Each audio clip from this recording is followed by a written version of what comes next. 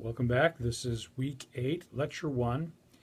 And to tell you kind of where we are, this is the last lecture in which we'll be dealing with the reading material that we have looked at all semester long. And so that's a cause for rejoicing. I guess you can open a can of Diet Pepsi and enjoy this with some Krispy Kreme, perhaps, or maybe when this is over. There will be one more lecture, and that lecture we will simply try to tie up where we have been through the whole 8-week study. So that's should be a shorter lecture. I always say should be shorter, preachers. But this is the last lecture that deals with actual reading material. And I'm kind of glad we ended right here. I think it's interesting when Steve Cowan edited the book on 5 views on apologetics that he left Reformed epistemology to the end. I can't claim to be able to read his mind, even though he and I have known each other for a long time. Never asked him why that at the end. Maybe because, at least in terms of modern incarnations, it's the newer view. Maybe because it's kind of in some ways not really apologetics. I don't know. It's a part of apologetics broadly defined, but not really in the way we have thought about apologetics for the last couple of hundred years anyway. Kelly James Clark is the author of the chapter, and he's a well-established and well-read, well-written philosopher of religion and apologist who has a number of books out to his own credit. And so he comes here and tells us that there's a different way of doing this. Now, he claims the mantle of Calvin. Who doesn't? I mean, except for Craig, who's an Arminian, and Habermas, who is a sort of crypto-Arminian, perhaps. The last 3 authors have all been Calvinists.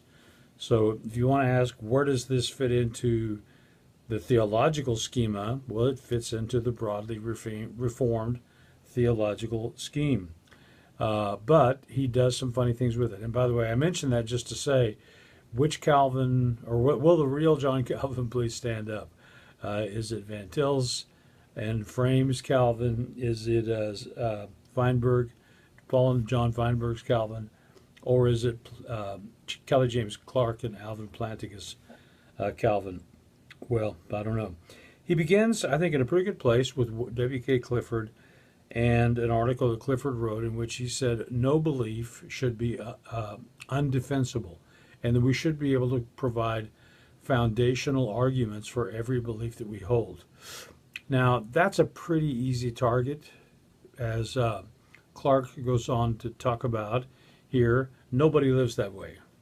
We don't feel the need to defend the idea that the toast that I put in the toaster, the bread I put in the toaster this morning, actually really was bread, and when I put butter on it and ate it, that I actually was consuming the toasted bread with the butter.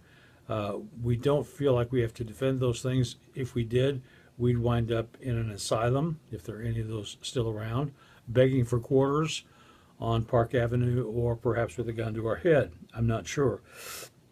But he does offer a pretty nice little critique of Clifford when he says the first problem is the demand for evidence is that it cannot meet its own demand. And then he has a nice couple of paragraphs there where I think he adequately makes that idea quite clear. He says, in this busy day and age, I don't really have the time to live up to Clifford's demand for evidence. Even if we had the leisure and time to test all of our beliefs, we couldn't meet that demand. Since we can't meet that demand, we're not obligated to do so. And I think that's common sense. I think that is certainly a way to put it that is beyond argumentation, in my opinion. But for Clark, like for all of our other authors we've looked at this semester around, you got to start someplace. And starting someplace is really kind of what Reformed epistemology has made its own particular little bailiwick. He says that, he asks the question, is it reasonable to believe that God has created us with a cognitive faculty that produces belief in God without evidence or argument? In other words, did God make us in such a way that we don't really need proof for his existence? And his answer is there are three reasons. Yes. First, few people have access to or can process theistic arguments. Secondly, God has given us awareness of himself that is not bound to theistic arguments. And thirdly, belief in God is more like belief in a person than like belief in a scientific theory. Now, let me go to that second point that he makes here, that because I think the others are pretty clear on the surface. God has given us an awareness of himself that is not dependent on theistic arguments. And here's where he appeals to Calvin. He doesn't attribute the quote on page 272, but it's from Calvin's Institutes. And Calvin is stating here that we have a sense of the divine, that all of us have a sense of the divine. Now, if you read the responses, especially Craig's response, Craig's going to deny this right off. But remember that Craig is an Arminian, doesn't have a whole lot of time for Calvinism and its own particular approaches to a variety of different issues. In fact, in one ETS meeting, Evangelical Theological Society meeting a few years ago, Craig almost laid down the gauntlet that Calvinism itself needed to reconsider its evangelical roots. So anyway, we'll not spend any more time on that. But what he's talking about here is the belief that God is true without the necessity for evidence. And this is where he gets to his Reformed epistemology. Let me just put it to you in a kind of a complex way, and then we'll allow him to make that a little clearer. Reformed epistemology is a philosophical view of the Christian faith and an apologetic method that goes with it, which does not require foundations. That is, it does not require intellectual foundations. And this is something that he illustrates, or that he talks about when he gets into the heading on postmodernism. And he looks at Descartes, and he looks at John Locke, and he looks at Immanuel Kant. And because of, he says, I have limited time, which he did. I think all of these authors had a pretty severe space limitation. I can only follow the one approach, which is the Cartesian, the one of Descartes approach. And what Descartes was trying to do, if you look again at that subsection in the chapter, he was trying to achieve both certainty and rational consensus. And he did it through a process of doubt. Most of us know something about the Cartesian method. I think, therefore I am. So what Descartes did was he began by doubting everything that he could, till he got down to a base, and then he built everything back up from that base. And that base then could be seen as a foundation. And what he went on to say was that I know this because it is absolutely clear to me that these things are true. And so clarity, or what he calls internalism on page 277, that I come to know this within myself. Locke did something similar.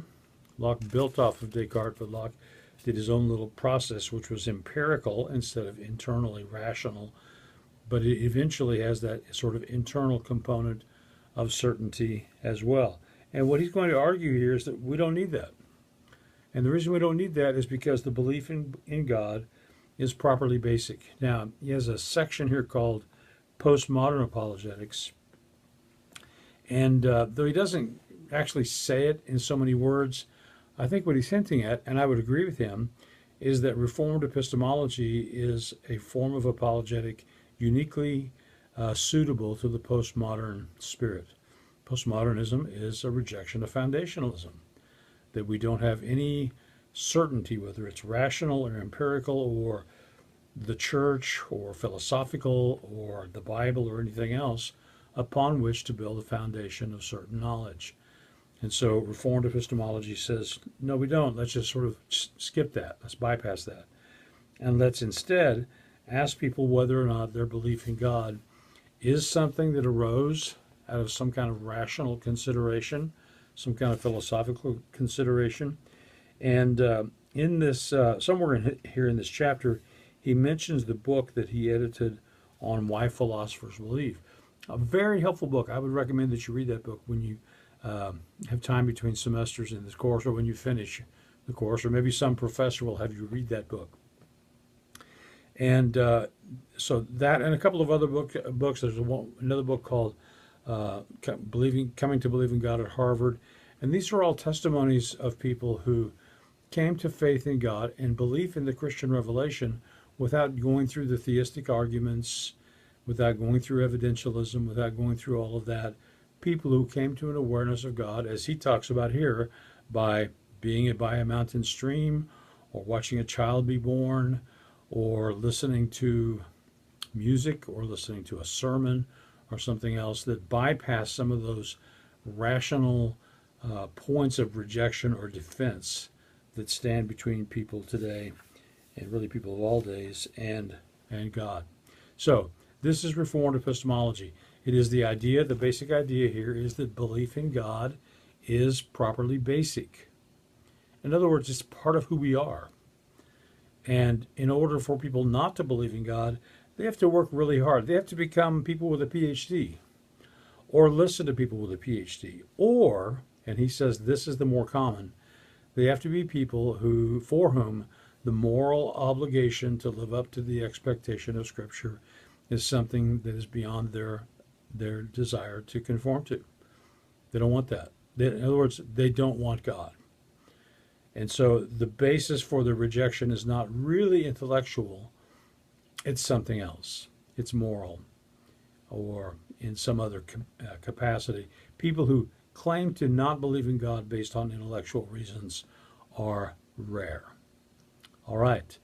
So there we are. Those are our lectures out of the reading material.